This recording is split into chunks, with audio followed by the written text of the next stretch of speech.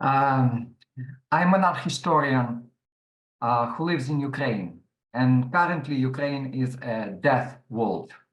I borrow this term death world from the Cameroonian theorist Achille Emember, who employs it to characterize the social condition where society experiences a form of living death while still being alive. In the death world, the population is treated as expendable and disposable. Life undergoes systematic devaluation, and death becomes a pervasive and defining feature of everyday existence.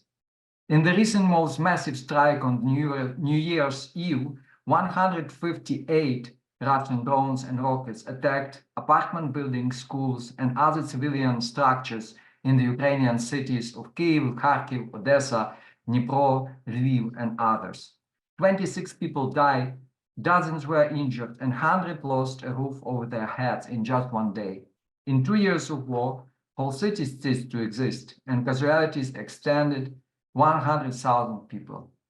Russia's colonialism targeted not just the Ukrainian statehood, but the Ukrainian peoplehood as such.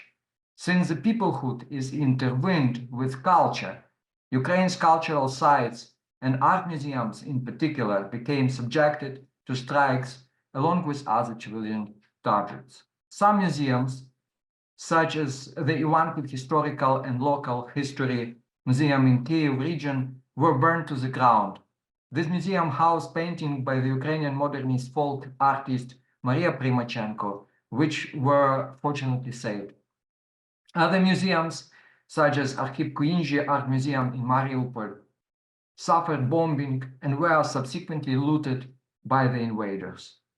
Meantime, in the free territories across the country, museums dismantled their permanent displays, relocating artworks to secure storage facilities.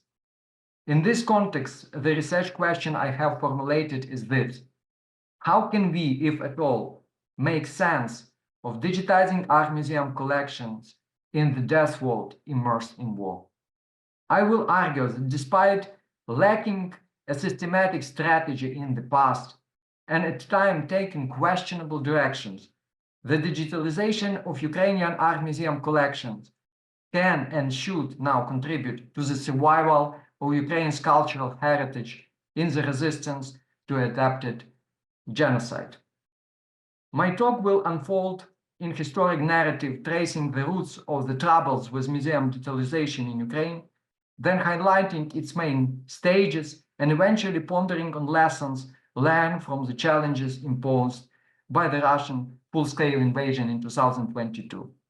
In the first place, my perspective on the issues was informed by my own observation of the museum digitalization process as an art historian interested in fast and barrier-free access to the object of study.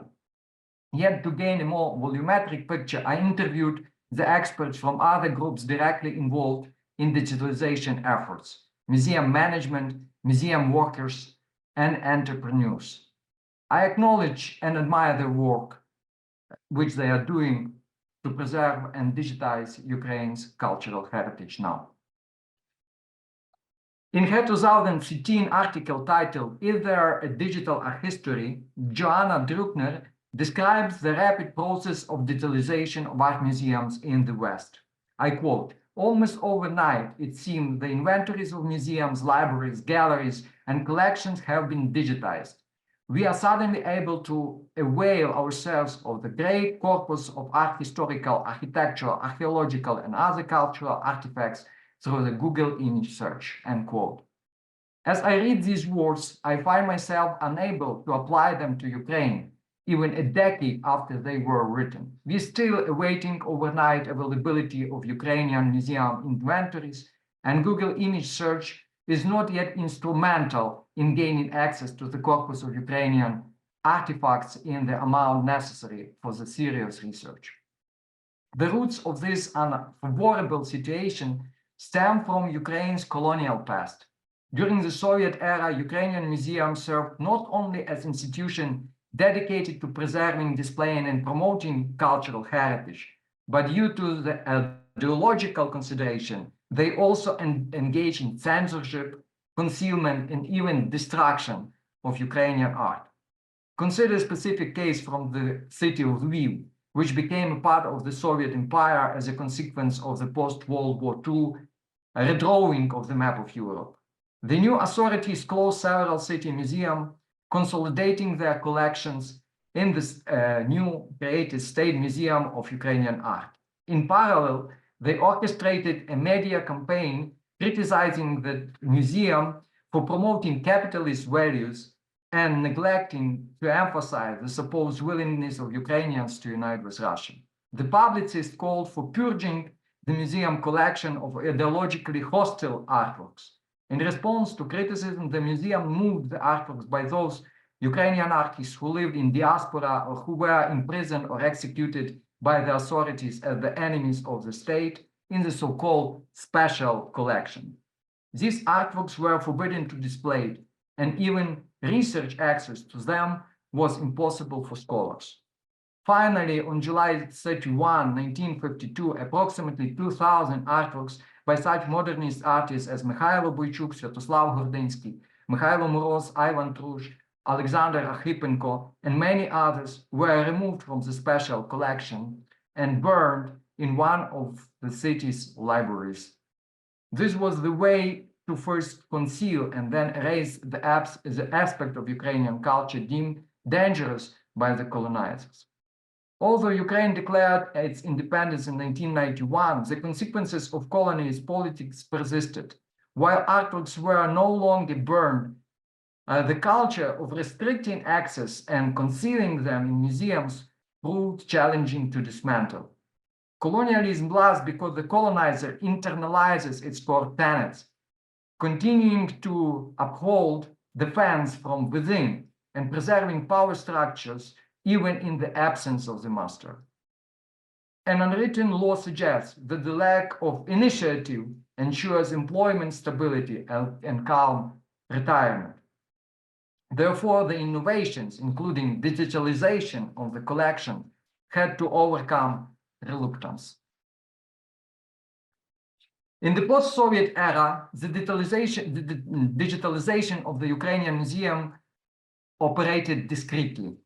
This shadow process, as I call it, took off with the inception of digital photography and scanning technology in the 1990s. It lacked planning, was then centralized and sporadic. Scholars and museums workers who had access were photographing artworks during research, restoration, exhibition planning, and other occasions. This was predominantly not professional photography conducted with commercial digital cameras and later on even with smartphones. In the 2010s, situation improved as the museum began to introduce electronic catalogs which stimulated systematization of the digital assets, including documentary records and photographs. In some museums, the digital catalogs were custom coded by the IT firms hired for this specific purpose. For instance, the catalog for the Lviv Museum of Religion, formerly known as the Museum of Atheism, was developed by the IT department of Lviv Polytechnic University. In other cases, this process originated, was a grassroots process, actually. And it was one of my interviews, Myroslava Drul, the head of the research sector at Sheptytsky National Museum in Lviv, shared that she developed an electronic catalog of the museum collection on her own after she had been tasked to manage restoration documentation. Previously, thousands of files produced by museum conservators were stored in a paper form in large bookcase, making it difficult to find anything there. Drul decided to resort to digital cataloging for convenience, ensuring that this rich scholarly information could be navigated. With the green light, but no additional funding from the museum management, she utilized the standard Microsoft Access database creator. The next crucial step is to make this catalog, along with the attached digital images, accessible online via the museum's website.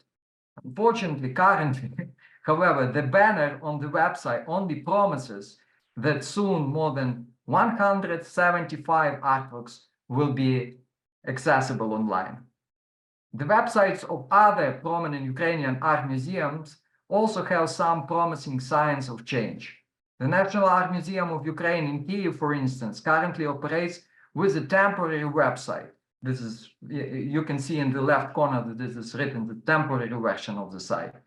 While the new version of the official site is in preparation, we hope that there would be substantial highlight from the collection. The website of Odessa Fine Art Museum already features the online catalog, which include 1,135 artworks, accompanied by photographs and brief descriptions. Although this constitutes only about 10% of the entire museum collection, the very fact of the catalog is online, indicating the movement in right direction. In the recent years, the Ukrainian museums got an important support in their digitalization effort. Established in 2017 as part of the reform following the Maidan Revolution, the Ukrainian Culture Fund, UCF, focuses on enhancing support for the arts in Ukraine. Annually, since 2021, it has been announcing a competition for cultural heritage digitalization program. In the words of Andriy Hrivnyak, the co-founder of the Skeiron, a Ukrainian company that specializes in 3D scanning of the cultural heritage, this UCF initiative has become a game changer on the market. The majority of Skeiron's orders come from museums that apply for the UCF digitalization program. As the UCF deadline approaches, Skeiron receives dozens of emails from museums across the country requesting assistance and in providing calculations for preparing grant applications. The UCF has established 5 priorities on the project they choose to sponsor, which include enriching the exhibitions, on-site exhibition with digital products such as VR or multimedia holograms. Second, digitizing museum artifacts, then restoration of museum items with subsequent digitalization, and finally, the development of IT tools for remote user access of the collections. In practice, one of the most popular outcomes of the UCF grants has been the creation of the 3D tours walking through the museum permanent displays. The website called the Museum Portal currently accumulated such tours of over 200 Ukrainian museums. On one hand, making museum accessible worldwide through 3D tours contributes to giving visibility and acknowledgement to Ukraine's cultural voices that were previously marginalized or silenced by the colonizers. But on the other hand, this accessibility comes with its own set of challenges. In the majority of cases, these tours provide a general impression of how the exhibits are organized in the museum space, rather than offering an immersive experience of the artworks themselves. Meantime, many of the museum displays were designed decades ago and are in need of reworking and updating. Scanning them before their improvement raises questions about the effectiveness of such an activity. The lessons of Russian full-scale invasion in 2022 suggest reevaluation of current digitalization strategies. Now, when every Ukrainian museum became a potential target for the attack, the 3D tours should lose the priority status. The digitalization strategies should move away from the digital spectacle and focus on the digital infrastructure instead. Digitalization is needed to finally properly register all the artworks in all Ukrainian museums into a centralized database in order to have an ability to evacuate and hide them and subsequently to return them back into the places where they were when it will be safe. The creation of such a centralized database on the operational level starts in the museums, which have to allocate their resources into professional high-quality scanning and taking digital photographs of every artwork in their collections in a systematic and complete way. As an illustrative example of progress in this direction, I would refer to the digitalization initiative taking place at the National Reserve Kyiv-Pечерska Lavra in Kyiv. In an interview, Irina Martinyuk, the chief curator of the museum, detailed how they intensified this initiative in response to the Russian invasion. The museum staff leveraged their personal and professional connection to orchestrate assistance from international partners. Notably, Anna Yaremko, a scholar in the Department of History and Archaeology and Lavra Museum, facilitated the partnership with the DT Heritage, an American company that produces specialized equipment for the digitalization. The company supplied the museum with a set of its equipment designed for macro photographing under both ranking and direct light. DT Heritage also offered a comprehensive training course for the museum personnel.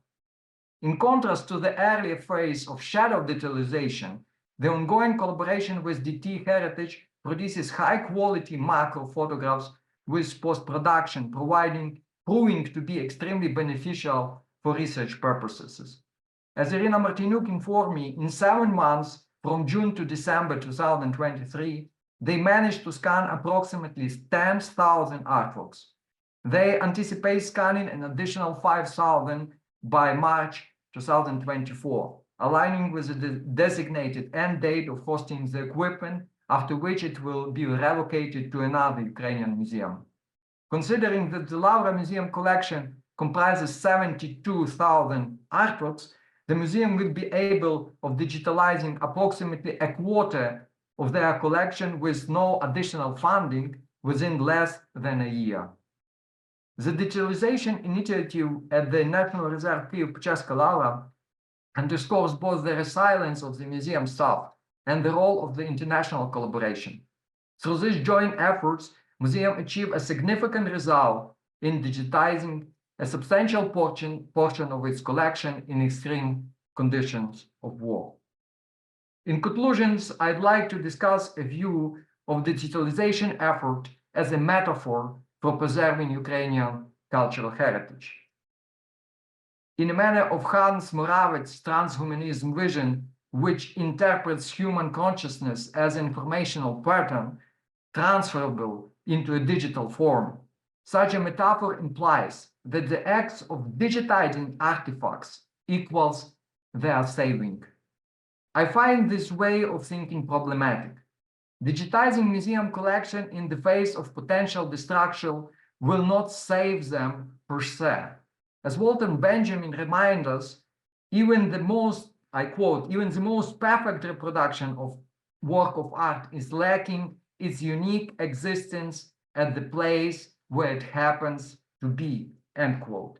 Each artwork embodies its time, and there is no way to distill this embodiment into a digital image. An artwork's aura is inherently untransferable.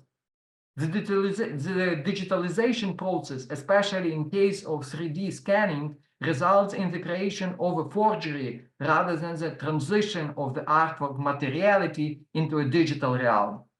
Based on constellation of scanned dots, the AI, with the assistance of the software operator, construct the artwork shape and texture anew. Since the digital copies are not equivalent to the original, a digital repository cannot serve as an endangered culture. Let us not be misled. Saving Ukraine's cultural heritage online is an impossible operation. Today, the digitalization of the museum collections is meaningful only when carried out in conjunction with and as support for the actual preservation activities. This includes ensuring that even in case of collection evacuation, the traces of artworks are not lost. I would term this approach emergency digitalization. Thank you.